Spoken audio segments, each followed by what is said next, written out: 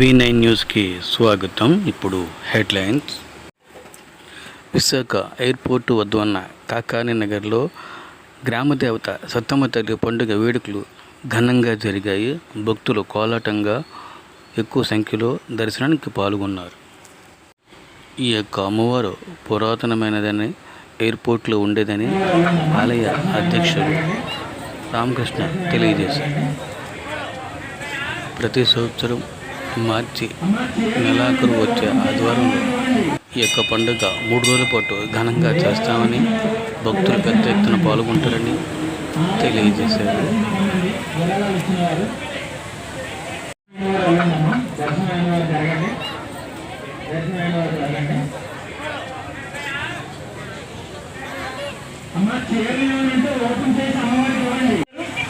రండి, దగ్గర సెంటర్లోకి రండి, దేవుడిని దర్శించుకోండి.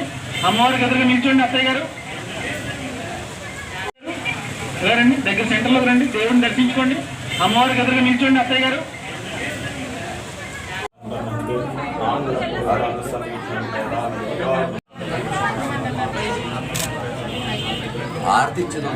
సరిపోయిందా?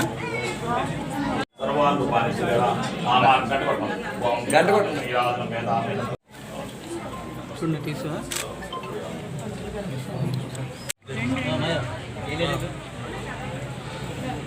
మరి సత్తమ్మ తల్లి గురికి మన శ్రీని గారు తినడం జరిగింది.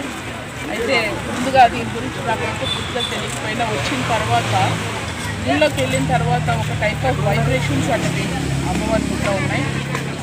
తర్వాత నేను పై సెక్షన్ తర్వాత అడిగితే అప్పుడు 115 ప్రకారం వీళ్ళందరూ కూడా గ్రామస్తులందరూ మరి ఒకసారి నిర్ణయించుకొని, అంటే ఎక్కడైనా కూడా అండి, ఏ గుడికైనా కూడా సంకల్పం లేనిదే గుడి అవుతుంది. అమ్మవారి సంకల్పం లేదు, అయ్యవారి సంకల్పం లేదు, గుళ్ళు అవ్వలేదు.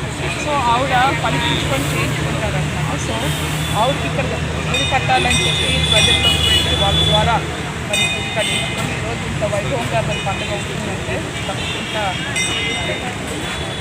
మంచి భక్తులు ఉన్న దగ్గరే అమ్మవారు ఉంటారన్నదానికి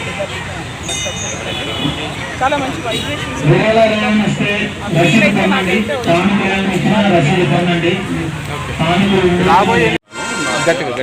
నా పేరు రామకృష్ణ.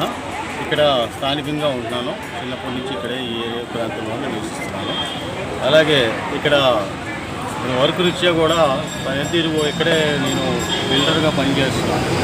అయితే ఈ గుడి సత్తమ్మ తల్లి గుడి అనేది ఎప్పుడో పురాతనం నుంచి ఉన్న గుడి అన్నమాట. ఇది స్థానికులుగా కొంతమంది వేరు ప్రాంతాలు రావడం వల్ల ఆవిడని మర్చిపోవడం అనేది జరిగింది. ఈ యొక్క ఆలయానికి సంబంధించిన శ్రీ సత్తమ్మ తల్లి పుట్ట ఎయిర్పోర్ట్లో ఉన్న ఎయిర్పోర్ట్ మధ్యలో ఉంది ఈ పుట్ట. ఈ పుట్టని పూర్వకాలంలోనే ప్రతి ఒక్కరూ కూడా అమ్మవారికి ఇది పూజలు చేసి ఆ పుట్టమని తీసుకెళ్ళి పొలాల్లో జల్లేవారు మా పూర్వీకులు. ఇప్పటి నుంచి ఉన్న ఈ గుడి అనమాట. అయితే మాకు తెలియకుండా ఈ గుడిని అనుకోకుండా అమ్మవారి గుడి పెట్టాలి అనే ఉద్దేశంతో నలుగురిని పిలిచి ఇంటికి పిలిచి భోజనాలు పెట్టుకోవాలి, సరదాగా గడపాలి అని గారు చెప్పిన పేరులోని ఈ సత్తమ్మ తల్లి అనేది పేరుని మేము ఎంచుకొని ఈ గుడిని పెట్టాము.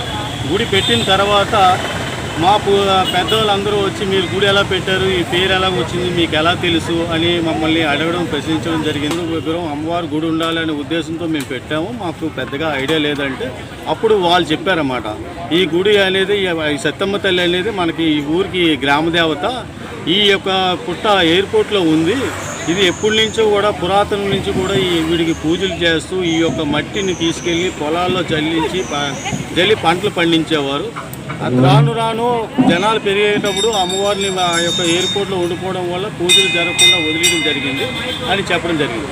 అయితే దాన్ని మేము అనుకోకుండా మొత్తం అందరం కూడా ఎక్కడ ఉందో కనిపెట్టి పుట్టని కూడా మేము పూజించడం జరుగుతుంది. ప్రతి సంవత్సరం కూడా మార్చి చివరి ఆదివారం ఏదైతే వస్తుందో ఆదివారం జాతరగా ప్రకటించాము. శుక్రవారం ఇది 3 రోజుల పండుగ అనమాట. శుక్రవారం రోజు పసుపు కుంకాలు ఇస్తామండి. పసుపు కుంకాలు తెల్లవారుజామున అమ్మవారికి మా ఏరియాలో ఉన్న వేప చెట్టు దగ్గర నుంచి పసుపు కుంకాలతో పాటు తిలకము, చీర, జాకి అమ్మవారిని తీసుకొచ్చి ఇక్కడ సత్తమ్మ తల్లి ఆలయానికి తీసుకొస్తాం. అది ప్రతి సైడు సాంప్రదాయంగా జరుగుతుందన్నమాట ఈ గుడి పెట్టిన కాడి నుంచి. అయితే అదే రోజు సాయంత్రం 4 గంటలకి అమ్మవారి ఆవరణంలోని దీపారాధన పెడుతున్నామండి. దీపారాధనకి భక్తులందరూ ఇచ్చేసి ఆ తర్వాత వెంటనే నక్షత్ర హారతి అని పంతులు గారు అమ్మవారికి పూజలు చేసి అభిషేకాలు చేసి నక్షత్ర హారతి ఇవ్వడం జరుగుతుంది. ఆ శుక్రవారం ముగియడంతో మళ్ళీ శనివారం అనేది మళ్ళీ ఉదయాన్నే అభిషేకాలు జరుగుతాయండి. పాలాభిషేకం, పల్లాభిషేకం 11 గంటలకి ఇక్కడి నుంచి అమ్మవారిని ఎయిర్పోర్ట్లో ఉన్న పుట్టకి మొత్తం మహిళలు భక్తులందరూ కూడా కలిసి అక్కడికి వెళ్ళి అమ్మవారికి అదేవిధంగా చీర పెట్టి అక్కడ పసుపు కుంకాలు చూపించి అమ్మవారికి పూజలు చేసి అక్కడి నుంచి పుట్టమన్ను తీసుకొని మేళతాళాలతో పుట్టమన్ను తీసుకొని దేవస్థానానికి తీసుకొస్తారు. దేవాలయంలో ఉన్న వేప చెట్టు దగ్గర పెట్టి అమ్మవారికి దర్శించిన తర్వాత దేవాలయంగా వేప చెట్టు దగ్గర పెడతారు. అది అనంతరం ఆ రోజు మధ్యాహ్నం గ్రామస్తులందరూ ఆడవాళ్ళందరూ కూడా పళ్ళు, కాయలు, నెక్స్ట్ స్వీట్లు అన్నీ కలిపి ఒక పెళ్లి కూతురిని తీసుకొచ్చి సారీ ఎలా ఇస్తారో అదేవిధంగా అమ్మవారికి సారీ చూపిస్తారు. ఉత్సవ విగ్రహాన్ని తయారు చేసి ఆ ఉత్సవ విగ్రహాన్ని అమ్మవారి విగ్రహాన్ని ఊరంతా తీసుకెళ్ళి మా యొక్క గ్రామం అంతా కూడా ఆ అమ్మవారిని తిప్పడం జరుగుతుంది. ఆ అమ్మవారి అదే స్థలంలో మళ్ళీ పెట్టడం జరుగుతుంది. శనివారం అయిపోయిన తర్వాత 3వ రోజు అది లాస్ట్ రోజు అనమాట. ఆదివారం ఉదయం 5:30 గంటలకి భక్తులందరూ విచ్చేసి అమ్మవారి మహిళలు అందరూ పాల్గొంటారు. ఆ ఘటాలు తీసుకొచ్చి అమ్మవారికి చూపించడం జరుగుతుంది. చూపించిన తర్వాత అమ్మవారిని గంగాస్నానం అయిపోయిన తర్వాత అమ్మవారికి దర్శనం, ప్రజలందరికీ కూడా దర్శనం ఇస్తారు. ఈలోని ఇక్కడ సంబరాలు జరుగుతాయి. పరస అంటారు. ఆ పరసలో ప్రతి ఒక్క అంగని వస్తాయి. ప్రతి ఒక్కరు కూడా